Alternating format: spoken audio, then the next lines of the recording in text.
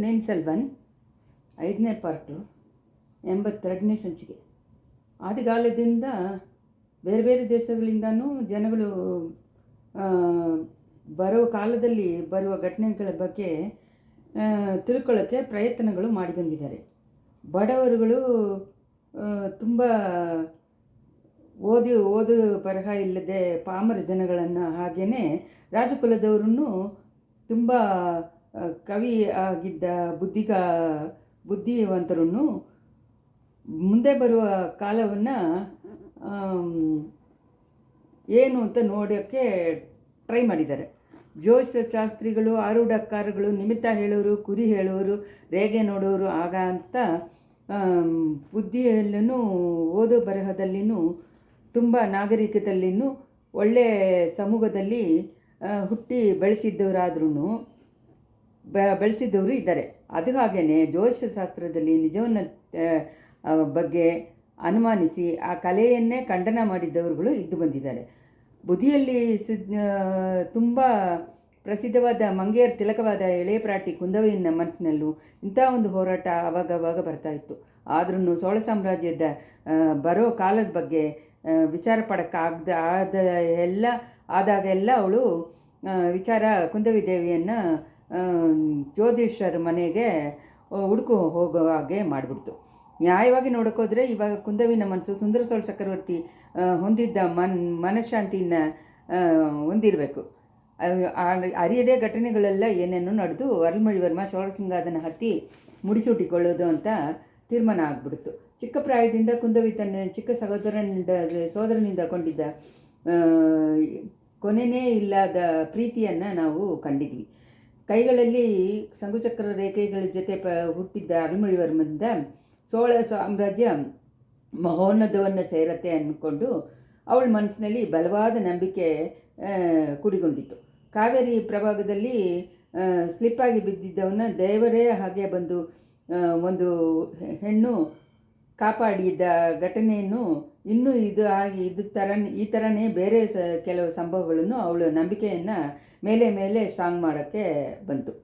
ಆ ನಂಬಿಕೆಯನ್ನು ನಿಜವಾಗುವ ಸಮಯ ಇವಾಗ ಹತ್ರ ಬಂದಿದೆ. ಆದರೆ ಆ ರಾಜಕುಮಾರಿನ ಮನಸ್ಸಿನಲ್ಲಿ ಇನ್ನೂ ಶಾಂತಿ ಬರದೇ ಇರೋದಕ್ಕೆ ಕಾರಣ ಏನು? ಅರುಳ್ಮೊಳಿ ವರ್ಮ ಬಗ್ಗೆ ಹೇಳಿದ್ದ ಹಾಗೆಯೇ ಕೊಡುಂಬಾಳೂರು ಯುವರಾಣಿ ವಾಣತಿ ಜಾತಕ ವಿಶೇಷ ಬಗ್ಗೆಯನ್ನು ಎಲ್ಲರೂ ಹೇಳಿ ಬಂದರು. ನಿಜವಾಗಿ ನಾಳನ್ನು ಕೋಳನ್ನು ನೋಡಿಕೊಂಡು ಬರೋ ಕಾಲದನ್ನು ಅಂದ್ಕೊಂಡು ತಾನೇ ಹೇಳಿದ್ರು, ಇಲ್ಲ ಆ ಸಮಯ ಕುಂದವಿ ದೇವಿಗೆ ಸಂತೋಷವಾಗಿ ಇರಲಿ ಅಂತನೇ ಹೇಳಿದ್ರೋ ಗೊತ್ತಿಲ್ಲ. ಒಂದೇ ಥರ ಎಲ್ಲರೂ ಹೇಳುವ ವಾಕು ಕೆಲವು ಸತಿ ಅಧಿಸಿವಾಗಿ ನಿಜವಾಗಿ ಬಿಡೋ ಅದನ್ನು ನೋಡಿದ್ದೀವಿ.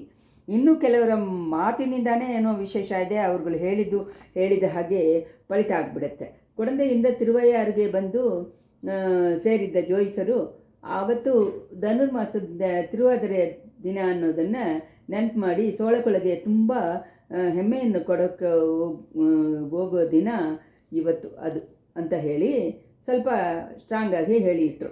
2 ವರ್ಷಗಳಾದಮೇಲೆ ಅದೇ ಧನುರ್ಮಾಸ ತಿರುವಾದರೆಯಲ್ಲಿ ಸೋಳಕೊಳದಲ್ಲಿ ಗಂಡು ಮಗು ಒಂದು ಹುಟ್ಟಿತ್ತು.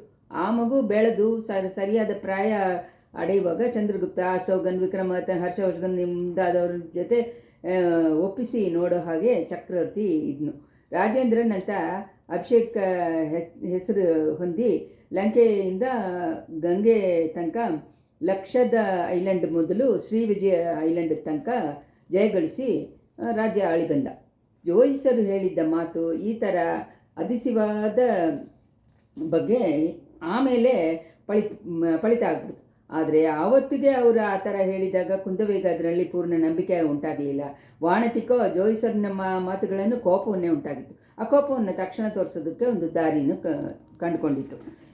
ಜೋಯಿಸರು ಸೂಡಿಯನ್ನು ಎತ್ತಿ ಆ ಹೆಣ್ಣರಿಸಿ ಬೆಕ್ಕು ಮೇಲೆ ಎಸ್ದುಬಿಟ್ಟು ಜ್ಯೋತಿಷ ಶಾಸ್ತ್ರಕ್ಕೂ ಉಪಯೋಗ ಇದೆ ಅಂತ ಹೇಳಿದಳು. ಇದನ್ನು ಕೇಳಿದ ಜೋಯಿಸರು ತಿರುಗಿ ನೋಡಿ ಈ ವಿಷಯ ಏನು ಅಂತ ತಿಳ್ಕೊಂಡು, ಯುವರಾಣಿ ವಲ್ಲವನಿಗೆ ಸ್ಟ್ರಾಂಗಾಗಿ ಇರುವವನಿಗೆ ಗರ್ಕೆನೂ ಒಂದು ಆಯುಧ ಅಂತ ಹೇಳ್ತಾರೆ. ಅದು ಹಾಗೆ ನಿಮ್ಮ ಬಟ್ಟ ಮೇಲೆ ಕೈ ಮಗಿಮೆಯಿಂದ ಈ ಓಲೆ ಚೂಡಿನೂ ನಿಮ್ಮ ಒಂದು ಉಸಿರನ್ನು ಕಾಪಾಡಿದೆ. ಬರೋ ಕಾಲದಲ್ಲಿ ಎಷ್ಟೆಷ್ಟೋ ಉಸಿರುಗಳಿಗೆ ಅಭಯ ಕೊಟ್ಟು ಕಾಪಾಡ ಹೋಗುವೆ ಹೂವಿನಂಥ ಕೈಯಲ್ವಾ ಅಂತ ಹೇಳಿದರು. ವಾಣತಿ ಅಕ್ಕ, ಈ ಜೋಯಿಸರು ಮೊಗಸ್ತುತಿ ಮಾಡೋದಲ್ಲಿ ತುಂಬ ಬುದ್ಧಿವಂತರು, ಬನ್ನಿ ಹೋಗೋಣ ಅಂತಂದ್ಲು. ದೇವಿ, ಇವತ್ತಿಗೆ ನಾನು ಹೇಳೋ ಮಾತುಗಳು ನಿಮ್ಗೆ ಇಡಿಸ್ತಾ ಇಲ್ಲ. ಒಂದು ಕಾಲದಲ್ಲಿ ನಾನು ಹೇಳಿದೆಲ್ಲ ನಿಜವಾಗ್ಲೇ ನಡೆಯುತ್ತೆ, ನಿಜವಾಗಿಯೇ ತೀರತ್ತೆ. ಆವಾಗ ಈ ಬಡವನನ್ನು ಮರ್ತು ಬಿಡಬೇಡಿ ಅಂತ ಅಂದರು ಜೋಯಿಸರು. ಕುಂದೇವಿ ಪಿರಾಟಿ ಅಡ್ಡ ಮಾಡಿ, ಅಯ್ಯ, ಈ ಹೆಣ್ಣಿಗೆ ನಿಮ್ಮ ಮಾತುಗಳು ಇಷ್ಟ ಆಗಲಿಲ್ಲ. ಕೇಳ್ತಾ ಕೇಳ್ತಾ ಇವಳು ಮನಸ್ಸಿನೊಳಗೆ ಸಂತೋಷವಾಗಿದೆ, ಆದರೆ ಯೋಚನೆ ಇಲ್ಲದೆ ಏನೋ ಒಂದು ಶಬ್ದ ಮಾಡಿಬಿಟ್ಟಿವಲ್ಲ ಅಂತ ಅಹಂಕಾರ ಪಡ್ತಾ ಇದ್ದಾಳೆ. ಆ ಅಹಂಕಾರವನ್ನು ನಿಮ್ಮ ಓಲೆ ಚೌಡಿ ಮೇಲೆ ತೋರಿಸ್ಬಿಟ್ಲು. ಅದರನ್ನೇ ನೀವು ದೊಡ್ಡದಾಗಿ ಕೇರ್ ಮಾಡಬೇಡಿ ಅಂತ ಹೇಳಿದರು.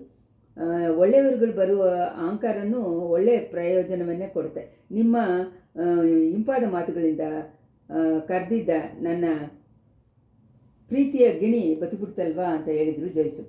ಆಮೇಲೆ ಕುಂದವೈ ಜೋಯಿಸರ ಹತ್ರ ಇನ್ನೂ ಕೆಲವು ಹೊತ್ತು ಮಾತಾಡ್ತಾ ಇದ್ದರು. ಮುಖ್ಯವಾಗಿ ಅರುಳ್ಮೊಳಿ ವರ್ಮಗೆ ಮದುವೆ ಯಾವಾಗ ನಡೆಯುತ್ತೆ ಅಂತ ಕೇಳಿದರು. ಇದ್ರ ಬಗ್ಗೆ ಎಳೆಯ ಪ್ರಾಟಿ ಕುಂದವಿಗೆ ವಿಚಾರ ಬಂದಿದ್ದಕ್ಕೆ ಕಾರಣ ಇತ್ತು. ಯಾಕೆಂದರೆ ನಿನ್ನೆ ದಿನ ಸೇನಾಪತಿ ಬೂದಿ ವಿಕ್ರಮಕೇಸರಿ ಎಳೆಪರಾಟಿ ಹತ್ರ ಬಂದು, ತಾಯಿಯ ನಾನು ಕೊಡುಂಬಾಳೂರು ಹೋಗ್ತಾ ಇದ್ದೀನಿ, ನನ್ನ ಸೋದರನ ಮಗಳು ವಾನತಿಯನ್ನು ಕರ್ಕೊಂಡು ಹೋಗ್ಬೋದಲ್ವಾ ಅಂತ ಕೇಳಿದರು. ಕುಂದವಿ ಶಾಕಾಗಿ, ಮಾಮ ಇದೇನು ಅರ್ಜೆಂಟು, ಪಟ್ಟಾಭಿಷೇಕಕ್ಕೆ ಇಲ್ಲದೆ ಹೋಗ್ತೀರಾ ಅಂತ ಹೇಳಿದರು. ತಾಯಿಯ ಪಟ್ಟಾಭಿಷೇಕ ಬರುವಾಗ ಬಂದುಬಿಡ್ತೀನಿ, ಅಷ್ಟು ತನಕ ಇಲ್ಲಿ ಯಾಕೆ ಕಾಯ್ತಾ ಇರಬೇಕು, ನಾನು ಬರುವಾಗ ದೊಡ್ಡ ಸೈನ್ಯದ ಜೊತೆ ಬರ್ತೀನಿ. ದೈವಾಧೀನವಾಗಿ ನಮ್ಮ ಮನೋರದ ಜಗಳ ಏನೂ ಇಲ್ಲದೇನೆ ನೆರವೇರುವ ಹಾಗೆ ಆಗ್ಬಿಡ್ತು. ಚಕ್ರವರ್ತಿ ತಿರುಮಗ ಪಟ್ಟ ಸುಟ್ಟುಕೊಳ್ಳೋಕ್ಕೆ ಒಪ್ಕೊಂಬಿಟ್ರು. ಅದನ್ನೆಲ್ಲ ಎಲ್ಲ ಚಿಕ್ಕರಾಜಗಳು ಒಪ್ಕೊಂಡ್ಬಿಡ್ತಾರೆ. ಇನ್ನು ಇಷ್ಟೊಂದು ದೊಡ್ಡ ಸೈನ್ಯವನ್ನು ಇಲ್ಲಿ ಇಟ್ಟಿರಬೇಕಾದ ಅವಶ್ಯಕತೆ ಇಲ್ಲ. ಇಷ್ಟು ಜನಕ್ಕೂ ಊಟ ಹಾಕಿ ನಿರ್ವಾಹ ಮಾಡೋದನ್ನು ತರ್ಜೆ ನಗರದಾರಿಗೆ ಶ್ರಮವಾಗಿದ್ದು ಬರ್ತಾ ಇದೆ. ಆದ್ದರಿಂದ ನಾನು ಸೈನ್ಯವನ್ನು ಕರ್ಕೊಂಡೋಗಿ ಅಲ್ಲಲ್ಲೇ ಶೇರ್ ಮಾಡಿ ಇಟ್ಬಿಟ್ಟು ಬರಬೇಕಾದ ಅವಶ್ಯಕತೆ ಬಂದಿದೆ ಅಂತ ಅಂದರು ಸೇನಾಪತಿ. ಹಾಗೆ ಮಾಡಿ, ಆದರೆ ನನ್ನ ಗೆಳತಿ ವಾನತಿಯನ್ನೇ ಅದಕ್ಕೋಸ್ಕರ ಕರ್ಕೊಂಡು ಹೋಗ್ಬೇಕು ಅಂತ ಕೇಳಿದ್ಲು ಕುಂದವಿ. ದೇವಿ, ಅದಕ್ಕೂ ಒಂದು ಕಾರಣ ಇದೆ. ನಿನ್ನೆ ಚಿಕ್ಕರಾಜಗಳಾಗಿ ನೀವುಗಳು ಎಲ್ಲರೂ ಕೂಡಿ ಯೋಚನೆ ಮಾಡಿ ಒಂದು ತೀರ್ಮಾನಕ್ಕೆ ಬಂದಿದ್ದೀವಿ. ನಿಮ್ಮ ಅಜ್ಜವರು ಅರಂಜಯ ದೇವರನ್ನ ತಂದೆಯಾಗಿ ಪರಾಂತಕ ಚಕ್ರವರ್ತಿ ಹೆಣ್ಣರಸುಗಳನ್ನು 6 ಜನವನ್ನು ಮದುವೆ ಮಾಡಿಕೊಂಡಿದ್ರು. ನನ್ನ ಕುಲದಿಂದನೂ, ಮಿಲಾಡೊಡೆಯರ ಕುಲದಿಂದನೂ, ಪಳವೇಟರ ಮರವರ ಸಂಭೂರ ಕುಲದಿಂದ ಒಬ್ಬೊಬ್ಬರು ಹೆಣ್ಣನ್ನು ಮದುವೆ ಮಾಡಿಕೊಂಡಿದ್ರು. ಆದ್ದರಿಂದ ಅವರ ಕಾಲದಲ್ಲಿ ಚಿಕ್ಕರಾಜಗಳ ಹತ್ರ ಏನು ಜಗಳ ಬರದೇ ಇತ್ತು. ನಿಮ್ಮ ಅಜ್ಜ ಅರಿಂಜಯರನ್ನು ಆ ಥರನೇ ಎಷ್ಟೊಂದೋ ಚಿಕ್ಕರಾಜನ ಕುಲಗಣ್ಣುಗಳನ್ನು ಮದುವೆ ಮಾಡಿಕೊಂಡ್ರು. ಅವರು ಜಯಕೊಂಡ ವೈದುಂಬರಾಯರ್ ಕುಲದಿಂದ ನಿಮ್ಮ ಅಜ್ಜಿಯನ್ನು ಮದುವೆ ಮಾಡಿಕೊಂಡ್ರು. ಆದರೆ ನಿಮ್ಮ ತಂದೆ ಈ ಒಳ್ಳೆಯ ಅಭ್ಯಾಸವನ್ನು ಅನುಸರಿಸಲಿಲ್ಲ. ನಿಮ್ಮ ಅಮ್ಮಗೆ ಮಲೆಮಾನ್ ಮಗಳರನ್ನ ಮಾತ್ರ ಮದುವೆ ಮಾಡಿಕೊಂಡ್ರು. ಆದ್ದರಿಂದ ಚಿಕ್ಕರಾಜ ಒಳಗೆ ಬೇರೆದೇ ಇರುವ ಹೊಟ್ಟೆ ಉರಿನೂ ಜಗಳನೂ ಬಂದುಬಿಟ್ಟಿದೆ. ಇನ್ಮೇಲೆ ಈ ಚೋಳ ಸಾಮ್ರಾಜ್ಯದ ಚಕ್ರವರ್ತಿಯಾಗಿ ಮುಡಿಸೂಡಿಕೊಳ್ಳೋರಿಗೂ ಪರಾಂದ ಚಕ್ರವರ್ತಿನೂ ಅರಿಂಜಯ ದೇವ್ರನ್ನ ಹಾಗೆ ಎಷ್ಟೊಂದೋ ಚಿಕ್ಕರಾಜಗಳ ಕುಲಗಳಿಂದ ಹೆಣ್ಣುಕೊಳ್ಳಬೇಕು ಅಂತ ಹೇಳಿ ನೆನ್ನೆ ಹೇಗೆ ಮನದಾಗಿ ತೀರ್ಮಾನ ಮಾಡಿದ್ವಿ. ಪೊನ್ನಿಯಿನ್ ಸೆಲ್ವರನ್ನ ಮುಡಿಸೂಡು ವೈಭವ ನಡೆದ ಆಮೇಲೆ ಅವರ ಹತ್ರ ಈ ಥರ ವಿಣ್ಣಪ ಮಾಡ್ಕೊಳ್ಳೋಕ್ಕೆ ಅಂದ್ಕೊಂಡಿದ್ವಿ. ವಾನತಿಯನ್ನು ನಾನು ಊರಿಗೆ ಕರ್ಕೊಂಡೋಗೋಕ್ಕೆ ಇಷ್ಟಪಡ್ತೀನಿ ಅಂತ ಹೇಳಿ ನೀವು ಮುಗಿಸ್ಕೊಳ್ಬೋದಲ್ವ. ಅವಳನ್ನು ಇಲ್ಲೇ ಬಿಟ್ಟಿದ್ರೆ ನಾನು ಒಡಂಬಡಿಕೆಗೆ ವಿರೋಧವಾಗಿ ನಡೆಯೋಕ್ಕೆ ನೋಡ್ತೀನಿ ಅಂತ ಹೇಳಿ ಬೇರೆಯವರು ಅನುಮಾನ ಪಡ್ತಾರೆ ಅಂತ ಹೇಳಿದರು ಕೊಡುಂಬಾಳೂರು ಬೇಳ. ಇದನ್ನು ಕೇಳಿದ ಕುಂದವಿಗೆ ಮನಸ್ಸಿನ ಒಳಗೆ ದೊಡ್ಡ ಕೋಪ ಉಂಟಾಯಿತು. ಅದನ್ನು ಹೊರಗಡೆ ತೋರಿಸ್ಕೊಳ್ಳದೆ ಸೇನಾಪತಿ, ಅಪ್ಪನ ಕಳ್ಕೊಂಡಿದ್ದ ನಿಮ್ಮ ತಮ್ಮನ ಮಗಳಿಗೆ ನಾನೇ ತಂದೆ ತಾಯಿಯಾಗಿ ಇರಬೇಕು ಅಂತ ಮುಂದೋರು ಸಮಯ ಕೇಳ್ಕೊಂಡ್ರಲ್ವ, ಅದನ್ನು ಮರೆತು ಬಿಟ್ರೆ ವಾಣತಿಯನ್ನು ಕೊಡುಂಬಾಳೂರಿಗೆ ಕಳ್ಸೋಕ್ಕಾಗಲ್ಲ. ಅವಳನ್ನ ಬಿಟ್ಟು ಕ್ಷಣ ನೇರವು ನನ್ನಿಂದ ಬೇರೆ ಆಗಿ ಇರೋಕ್ಕಾಗಲ್ಲ. ನಾನು ಬೇಕಾದರೆ ವಾಣತಿಯನ್ನು ಕರ್ಕೊಂಡು ಪಳೆಯಾರಿಗೆ ಹೋಗ್ಬಿಡ್ತೀನಿ. ಮುಡಿಸೂಡುವ ಸಮಯದಲ್ಲಿ ಕೂಡ ಬರದೆ ಅಲ್ಲೇ ಇದ್ದು ಬಿಡ್ತೀವಿ. ಮದುವೆ ಬಗ್ಗೆ ಮಾತೇ ಇವಾಗ ಬೇಡ. ಪಟ್ಟಾಭಿಷೇಕ ಆದಮೇಲೆ ಚಿಕ್ಕರಾಜಗಳ ಇಷ್ಟ ಹಾಕಿ ಪೊನ್ನಿಯಿನ್ ಸೆಲ್ವರ ಹತ್ರ ಮಾತಾಡಿ ಆಮೇಲೆ ನೋಡ್ಕೊಳ್ಳೋಣ ಅಂತ ಹೇಳಿದ್ಲು. ಸೇನಾಪತಿನೂ ಅದನ್ನು ಒಪ್ಕೊಂಡು ಹೋಗ್ಬಿಟ್ರು. ಕುಂದವಿ ಜೋಯಿಸರನ್ನ ಹುಡ್ಕೊಂಡು ಬರೋಕ್ಕೆ ಇದು ಒಂದು ಹೆಚ್ಚಾದ ಕಾರಣ ಆಯಿತು. ಆದ್ದರಿಂದ ಪೊನ್ನಿಯಿನ್ ಸೆಲ್ವರನ್ನ ಮದುವೆಯ ಬಗ್ಗೆ ಅಷ್ಟೊಂದು ವಿಚಾರದಿಂದ ಜೋಯಿಸರ ಹತ್ರ ಕೇಳಿದ್ಲು. ಅದೇ ಸಮಯದಲ್ಲಿ ವಾನತಿಯನ್ನು ನೆನಪು ಹಳೆಯ ಒಂದು ಸಂಭವಕ್ಕೆ ಹೋಗಿತ್ತು. ಅದರಲ್ಲಿ ಒಂದು ಅಕ್ಕಿನೂ ಒಂದು ಬೆಕ್ಕುನು ಪಾತ್ರ ಹಳೆಯಾಗಿತ್ತು. ಬೆಕ್ಕು ಜೊತೆ ಆನೆ ಪಾಗನೂ ಅದರಲ್ಲಿ ಸಂಬಂಧಪಟ್ಟಿದ್ದರು. ಮರದ ರೆಂಬೆಯಿಂದ ನೇತಾಡ್ತಾ ಇದ್ದ ಒಂದು ಅಕ್ಕಿಯನ್ನು ಗೂಡನ್ನು ಆ ಕಾಡು ಬೆಕ್ಕು ಒಡಿಸಿ ಅದರಿಂದ ಹಕ್ಕಿಗಳ ಮರಿಗಳನ್ನು ಕಬಳಿಗರ ಮಾಡೋಕ್ಕೆ ಮುಂದೆ ಬಂತು. ತಾಯಿಯ ಅಕ್ಕಿ ಗೂಡನ್ನು ಸುತ್ತಿ ಸುತ್ತಿ ಬಂದು ಬೆಕ್ಕನ್ನು ತಡೆಯಕ್ಕೆ ನೋಡ್ತು. ವಾನತಿ ಅದನ್ನು ಕಂಡು ಏನು ಮಾಡೋದು ಅಂತ ಗೊತ್ತಿಲ್ಲದೆ ಕೂಗಿದ್ಲು. ನದಿಯಲ್ಲಿ ಈಜಾಡ್ಕೊಂಡಿದ್ದ ಯುವಕ ಒಬ್ಬನು ಓಡಿ ಬಂದು ನೋಡಿದ. ಆಮೇಲೆ ಅವನು ಬೇಗ ಹೋಗಿ ಒಂದು ಆನೆ ಮೇಲೆ ಬಂದ. ಅಕ್ಕಿನ ಗೂಡನ್ನು ಅದರಿಂದ ಚಿಕ್ಕ ಮರಿಗಳನ್ನು ಆ ಕಾಡುಬೆಕ್ಕಿನಿಂದ ಬಾಯಿಂದ ಕಾಪಾಡಿದ. ಆ ಯುವರಾಜ ಅದು ಆ ಯುವಕನು ಆನೆ ಪಾಗ ಅಂತ ಹೇಳಿ ವಾನತಿ ಆವಾಗ ಅಂದ್ಕೊಂಡ್ಳು. ಆಮೇಲೆ ತಾನೇ ಪೊನ್ನಿಯಿನ್ ಸೆಲ್ವನ್ ಅಂತ ಹೇಳಿ ಗೊತ್ತಾಯಿತು. ಆಹಾ, ಅವನು ಬರೀ ಆನೆಪಾಗನಾಗೆ ಇದ್ದಿರಬಾರ್ದ, ಇಲ್ಲ ಸಾಧಾರಣ ಒಂದು ಸೈನಿಕನಾಗಿರಬಾರ್ದ, ಅವನು ಸುಂದರ ಚೋಳ ಚಕ್ರವರ್ತಿನ ತಿರುಮಗನಾಗಿ ಇರೋದ್ರಿಂದ ಅಲ್ವೋ ತಾನು ಇಷ್ಟೊಂದು ಕಷ್ಟಗಳಿಗೆ ಆಳಗ ಆಯಿತು. ತನ್ನ ಜೊತೆ ಇದ್ದಿದ್ದ ಗೆಳತಿಗಳೂ ಪೂಂಗುಳಿ ಆದವ್ರೂ ಪೂಂಗುಳಿ ಥರ ಇರೋರು ಸೋಳೆನಾಡಿನ ಪಟ್ಟತರಿಸಿಯಾಗಿ ಆಗಕ್ಕೆ ಇಷ್ಟಪಡುವ ಕಳ್ಳನ ನೋಟ ಇರೋಳು ಅಂತ ಹೇಳಿ ತನ್ನ ಬಗ್ಗೆ ಅಪವಾದ ಹೇಳೋ ಹಾಗೆ ಆಗಿರಲ್ಲ. ವಾನತಿ ಇಂಥ ನೆನಪುಗಳಿಂದ ಕುಂದವಿ ಬರೋ ಕಾಲ ಬಗ್ಗೆ ಜೋಯಿಸರಲ್ಲಿ ಕೇಳೋದ್ರಲ್ಲಿ ಇದ್ದಿದ್ದ ಸಮಯದಲ್ಲಿ ಜೋಯಿಸರ ಮನೆ ಬಾಗಿಲಲ್ಲಿ ಚೀನದ ರೇಷ್ಮೆ ಬೇಕಾ, ಚೀನದ ರೇಷ್ಮೆ ಅಂತ ಹೇಳಿ ದೊಡ್ಡ ಧ್ವನಿ ಒಂದು ಕೇಳಿತ್ತು.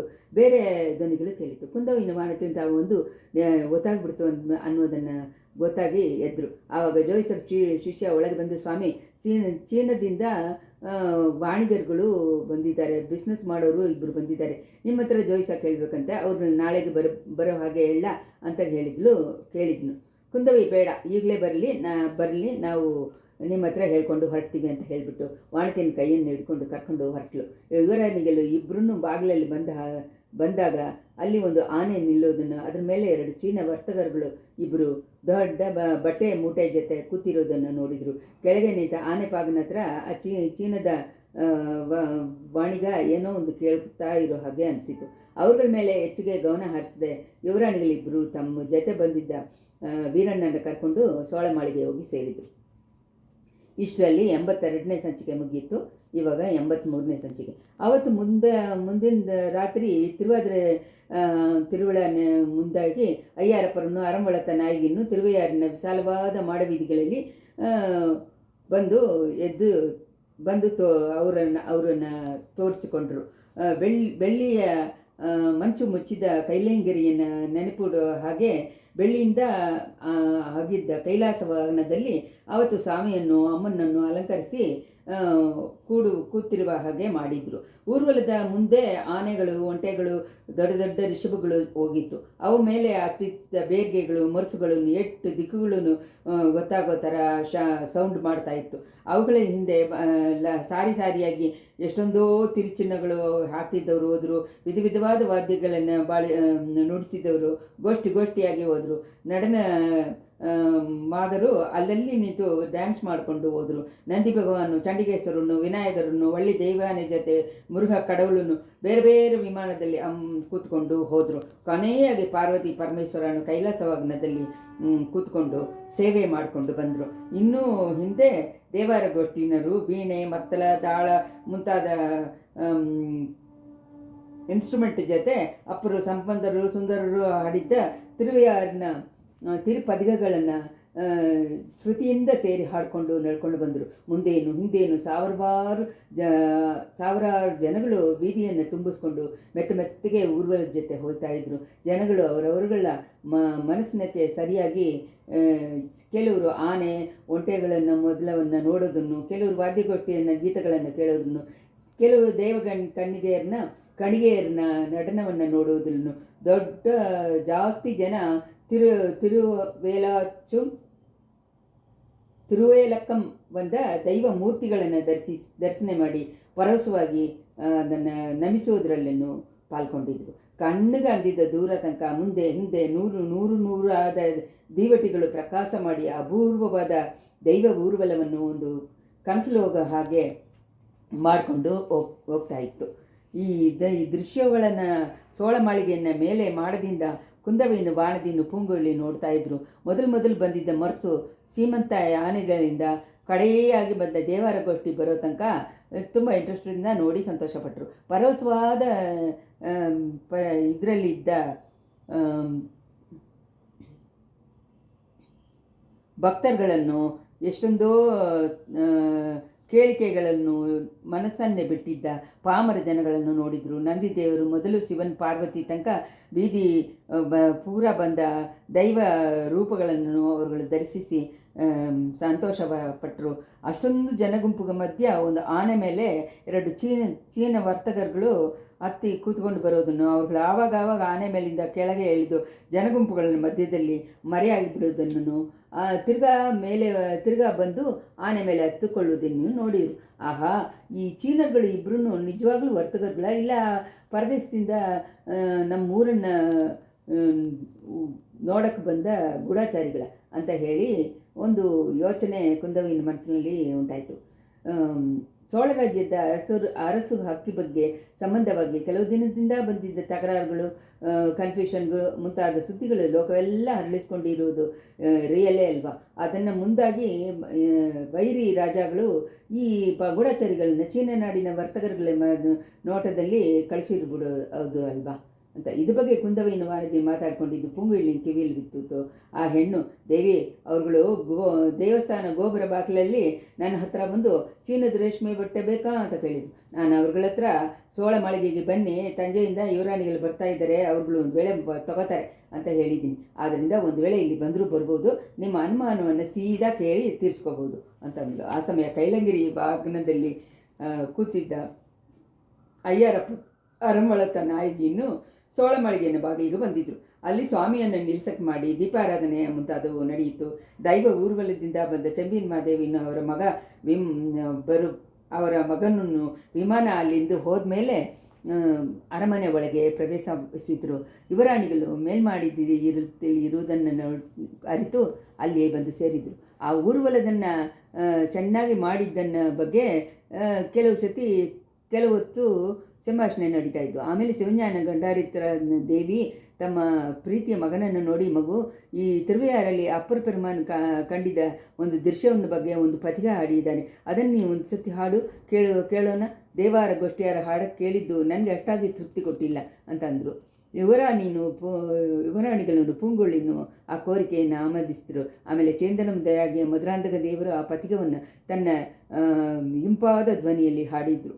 மாதற்பிறை கண்ணியானை மலையான் மகனோடும் பாடி போதொடு நீரி மந்தேந்தி புகுறாரவர் பின் புகுவேன் யாதும் சுவடுபடாமல் ஐயாறு அடைகின்ற போது காதன் மடப்பிடியோடும் களிರು வருவದೆನ ಕಂಡೇನವರ್ ತಿರುಪಾದಂ ಕಂಡರ್ಯಾದನ ಕಂಡೆ ಅಂತ ಈ ಥರ ಮೆಟ್ಲು ಜೊತೆ ಹಿಂದೆ ಬರುವ 10 ಅಡಿಗಳನ್ನು ಮಧುರಾಂಧಕರು ತನ್ನನ್ನು ಮರೆಸಿ ಹಾಡಿದರು.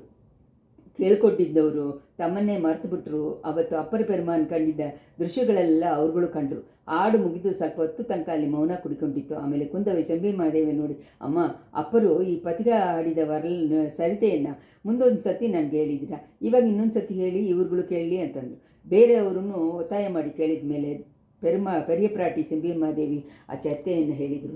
ಅಪ್ಪರ್ ಸ್ವಾಮಿ ಪ್ರಾಯ ಆಗಿ ಮೈಯೆಲ್ಲ ಸೋತೋಗಿದ್ದ ಸಮಯದಲ್ಲಿ ಕೈಲಂಗಿರಿಗೆ ಹೋಗಿ ದೇವರನ್ನ ದರ್ಶನ ಮಾಡೋಕ್ಕೆ ಇಷ್ಟಪಟ್ಟರು. ತುಂಬ ದೂರ ನಾರ್ತ್ ಕಡೆ ದಿಕ್ಕು ನೋಕಿ ಪ್ರಯಾಣ ಮಾಡಿದರು. ಮೇಲೆ ನಡೀಕಾಗದೆ ಟಯರ್ಡಾಗಿ ಬಿದ್ದುಬಿಟ್ರು. ಆ ಸಮಯ ಒಂದು ದೊಡ್ಡವರಲ್ಲಿ ತೋಚಿಕೊಂಡು ಅಪ್ಪರೇ ಕೈಲಿಯನ್ನು ಹುಡ್ಕೊಂಡು ನೀವ್ಯಾಕೆ ಹೋಗ್ತೀರಾ, ಪೊನ್ನಿ ನದಿ ಕರೆ ಇಲ್ಲ ಇರುವ ತಿರುವೆಯಾರಿಗೋಗಿ ಭೂಲೋಕ ಕೈಲಾಸ ಅದೇನೆ ಅಂತ ಹೇಳಿಬಿಟ್ಟು ಮರೆಯಾಗ್ಬಿಟ್ರಂತೆ. ಅದು ದೇವ್ರನ್ನ ವಾಕು ಅಂತ ಅಂದ್ಕೊಂಡು ಅಪ್ಪರು ತಿರುವೆಯಾರು ಬಂದರು. ಆ ಸ್ಥಳವನ್ನು ಹತ್ತಿರ ಬಂದಾಗಲೇ ಅವರ ಮನಸ್ಸು ಪರವಶ ಆಯಿತು. ಎಷ್ಟೊಂದೋ ಅಡಿಯಾರುಗಳು ಕೈಯಲ್ಲಿ ಹೂವಿನನ್ನು ಗಂಡಿಯಲ್ಲಿ ಕಾವೇರಿ ನೀರನ್ನು ಎತ್ಕೊಂಡು ಅಯ್ಯಾರಪ್ಪನ ದರ್ಶನಕ್ಕೋಸ್ಕರ ಹೋಗ್ತಾ ಇರೋದನ್ನು ನೋಡಿದರು. ಅವ್ರುಗಳು ದೇವ್ರನ್ನ ಹೊಗಳನ್ನು ಹಾಡಿಕೊಂಡು ಹೋದರು. ಅವ್ರುಗಳ ಹಿಂದೆ ಅಪ್ಪರು ಹೋದರು. ಆವಾಗ ತಿರುವೆಯಾರು ನಗರ ಪುರದಲ್ಲಿ ಗಂಡು ಹೆಣ್ಣುವಾಗಿ 2 ಆನೆಗಳು ಬಂತು. ಆ ಆನೆಗಳನ್ನು ಹಿಡೀನು ಶಿವನು ಶಕ್ತಿಯಾಗಿ ಅಪ್ಪರಿಗೆ ಕಾಚಿಕೊಂಡಿತ್ತು. ಆಲಯವನ್ನು ಸೇರೋ ಒಳಗೆ ಈ ಥರ ಎಷ್ಟೊಂದೋ ಪ್ರಾಣಿಗಳನ್ನು, ಅಕ್ಕಿಗಳನ್ನು ಗಂಡು ಹೆಣ್ಣು ಒಡೆಯುವುದಲ್ಲಿಯೇ ಅಪ್ಪಯ್ಯರು ನೋಡಿದರು. ಕೋಳಿ ಬಂದ್ಬಿಟ್ಟು ತನ್ನ ಪೇಡೆ ಜೊತೆ ಕುಲಾವಿಗೆ ಬಂತು. ಗಂಡು ನವಿಲು ಹೆಣ್ಣು ನವಿಲು ಜೊತೆ ಆಡ್ಕೊಂಡೇ ಬಂತು. ಪಕ್ಕದಲ್ಲಿದ್ದ ಸೋಲೆನಲ್ಲಿ ಗಂಡು ಕೋಕಿಲೆ ಜೊತೆ ಹೆಣ್ಣು ಕೋಕಿಲೆ ಹಾಡಿಕೊಂಡು ಸಂತೋಷ ಮಾಡಿಕೊಂಡಿತ್ತು. ಜೋರಾದ ಧ್ವನಿಯಲ್ಲಿ ಮೊಳಗಿಕೊಂಡು ಬೇರೆ ಒಂದು ಹಕ್ಕಿ ತನ್ನ ಹೆಣ್ಣು ಜೊತೆ ಹೋಯಿತು. ನಾರೇನು ಅದರ ಜೊತೆ ನಟುನೇನು ಸೇರಿ ಹಾರಿಕೊಂಡು ಹೋಯಿತು. ಗಿಣಿನು ಅದನ್ನು ಹೆಣ್ಣು ಗಿಣಿನು ಹಸಿದಾಗಿ ಇರುವ ಮರದ ರೆಂಬೆ ಮೇಲೆ ಹಂಗೆ ಮಾತಾಡ್ತಾ ಇತ್ತು. ಕಾಳಿಯನ್ನು ದನವನ್ನು ಗಂಭೀರವಾಗಿ ಆಡ್ಕೊಂಡು ಬಂತು. ಈ ಥರ ಗಂಡು ಹೆಣ್ಣುವಾಗಿ ಅಪ್ಪರ ಸ್ವಾಮಿಗಳಿಗೆ ಮುಂದೆ ತೋಚಿದೆಲ್ಲ ಶಿವನು ಶಕ್ತಿಯಾಗಿ ಅವರ ಮನಸ್ಸಿನೊಳಗೆ ಇರುವ ಕಣ್ಣಿಗೆ ತೋಚಿಕೊಂಡಿತ್ತಂತೆ. ಲೋಕವೆಲ್ಲ ಶಕ್ತಿ ಶಿವನಾಗಿ ಇರುವುದನ್ನು ಕಂಡರು. ಈ ಲೋಕವೇ ಕೈಲಾಸ, ಒಂದಾಗಿ ಬೇರೆ ಇಲ್ಲ ಅಂತ ಹೇಳಿ ತಿಳ್ಕೊಂಡ್ರು. ಇಂಥ ಒಂದು ಮೈಜ್ಞಾನದ ಫೀಲಿಂಗ್ ಜೊತೆ ಮೇಲೆ ಹೋದಾಗ ಅಯ್ಯಾರಪ್ಪರನ್ನು ಅರಮುಳತ ನಾಯಿಗಿನ ಕೈಲಾಸ ವಾಹನದಲ್ಲಿ ಎದ್ದು ಬಂದು ಬೀದಿನಲ್ಲಿ ಬರೋದನ್ನು ನೋಡಿದರು. ತಾವು ಆವತ್ತು ಅಹಕಣ್ಣಿನಿಂದನೂ ಪುರಕಣ್ಣಿನಿಂದನೂ ನೋಡಿ ಅನುಭವಿಸಿದ್ದನ್ನೆಲ್ಲ ಒಂದೊಂದೇ ಸ್ವೀಟಾದ ಧ್ವನಿಯಲ್ಲಿ ತಮಿಳಲ್ಲಿ ಶ್ರುತಿಕೊಂಡು ಹಾಡಿದರು. ಇಂಥ ಕಾಲವು ತಮ್ಮ ಕಣ್ಣಿಂದ ಕಂಡೂ ಮನಸ್ಸಿನಿಂದ ತಿಳ್ಕೊಳ್ದೇ ಇರೋದನ್ನು ಇವತ್ತು ತಿರುವೆಯಾರಲ್ಲಿ ಕಂಡು ಅರಿತುಕೊಂಡದಾಗೆ ಒಂದೊಂದು ಹಾಡಲ್ಲಿ ಕೊನೆಯಲ್ಲೂ ಕಂಡರಿಯಾದನ ಕಂಡೆ ಅಂತ ಹೇಳಿ ತಿರ್ಗಾ ಆಶ್ಚರ್ಯಪಟ್ಟು ಹೇಳಿದರು. ವಯಸ್ಸಾದ ಎಂಬ್ರಾಟಿಯಾರ್ ಕೂರಿ ಬಂದಿದ್ದ ಈ ಚರಿತೆಯನ್ನು ಎಲ್ಲರೂ ಮೈಮರೆಸಿ ಕೇಳ್ತಾ ಬಂದರು. ಚರಿತೆ ಮುಗಿದ ಮೇಲೆ ಕೊಡುಂಬಾಳಿಸಿ ಒಂದು ಕ್ವಶನ್ ಕೇಳಿದ್ಲು. ಅಮ್ಮ, ಅಪ್ಪರ ಸ್ವಾಮಿಗಳಿಗೆ ಪ್ರಾಣಿಗಳು, ಹಕ್ಕಿಗಳು, ಏನಗಳ ಬಗ್ಗೆ, ಪ್ರೀತಿಯ ಬಗ್ಗೆ ಈಗೆಲ್ಲ ಆಶ್ಚರ್ಯಪಟ್ಟು ಹೇಳಿದಾರಲ್ಲ, ಮನುಷ್ಯನ ಜೋಡಿ ಬಗ್ಗೆ ಮಾತ್ರ ಯಾಕೆ ಹೇಳಲೇ ಇಲ್ಲ ಅಂತಂದರು. ಮನುಷ್ಯ ಕುಲದಲ್ಲಿ ಪ್ರತಿಫಲನನ್ನು ಇಷ್ಟ ಇಲ್ಲದೆ ನಿಜವಾಗಲೂ ಪ್ರೀತಿಕೊಂಡಿದ್ದ ಗಂಡು ಹೆಣ್ಣು ಇಲ್ಲವೇ ಇಲ್ಲ. ಆದ್ದರಿಂದ ಅಪ್ಪರು ಮನುಷ್ಯ ಕುಲವನ್ನು ಗಂಡು ಹೆಣ್ಣನ್ನು ಹೇಳಲಿಲ್ಲ ಅಂತ ಅಂದ್ಲು ಪೊಂಗುಳಿ. ಅದು ಸರಿ ಇಲ್ಲ ಮಗಳೇ, ನಿನ್ನನ್ನು ನನ್ನ ಮಗನನ್ನು ಅಪ್ಪರ ಸ್ವಾಮಿಗಳು ನೋಡಿದರೆ ಮನುಷ್ಯ ಕುಲದಲ್ಲಿ ಪ್ರೀತಿಯನ್ನು ಸೇರಿ ಹಾಡಿರ್ತಾರೆ ಅಂತಂದರು ಸಂಬಿನ್ ಮಾದೇವಿ. ಹೌದು ಅಂತ ಬೇರೆ ಎಲ್ಲ ಹೆಣ್ಮಕ್ಳನ್ನು ಆಮೋದನೆ ಮಾಡಿದರು. ಇಂಥ ಸಮಯದಲ್ಲಿ ಮಾಳಿಗೆ ಬಾಗಿಲಲ್ಲಿ ಏನೋ ಒಂದು ಸಲಸಲ ಅಂತ ಶಬ್ದ ಉಂಟಾಯಿತು. ಸೇವಕ ಒಬ್ಬ ಒಳಗೆ ಬಂದು ಚೀನದ ಪಟ್ಟು ವರ್ತಕರುಗಳು ಇಬ್ಬರು ಬಂದಿದ್ದಾರೆ, ರೇಷ್ಮೆ ವರ್ತಕರುಗಳು ಇಬ್ಬರು ಬಂದಿದ್ದಾರೆ, ಯುವರಾಣಿಗಳನ್ನು ನೋಡಿಬಿಟ್ಟು ತಾನೇ ಹೋಗ್ತೀವಿ ಅಂತಾರೆ ಅಂತಂದ. ಇಳೆ ಪ್ರಾಟಿ ಆಶ್ಚರ್ಯನೂ ಕೋಪನೂ ಕೊಂಡು ಅವ್ರುಗಳು ಯಾರು, ಅಷ್ಟೊಂದು ಅತಿಕೆ ಪ್ರಸಂಗಿಗಳು, ಇವಾಗ ಏನು ಬೇಡ ಅಂತ ಹೇಳಿ ಅವ್ರುಗಳನ್ನ ಹೋಗೋಕ್ಕೇಳು ಅಂತಂದ್ಲು. ಇಷ್ಟರಲ್ಲಿ ಪೂಂಗುಳಿ, ದೇವಿ ಅವ್ರುಗಳನ್ನು ನಾನು ಬರೇ ಹೇಳಿದ್ದೆ, ಕ್ಷಮಿಸಬೇಕು ಅಂತಂದ್ಲು. ಹಾಗಾದರೆ ಬಂದ್ಬಿಟ್ಟು ಹೋಗಲಿ ಅಂತ ಹೇಳಿದರು ಇಳೆಯ ಪ್ರಾಟಿ. ಸ್ವಲ್ಪ ಹೊತ್ತಿಗಲ್ಲ ಚೀನದ ವರ್ತಕರುಗಳು ಇಬ್ಬರೂ 2 ಮೂಟೆಗಳ ಜೊತೆ ಅಲ್ಲಿ ಬಂದರು. ಇಷ್ಟರಲ್ಲಿ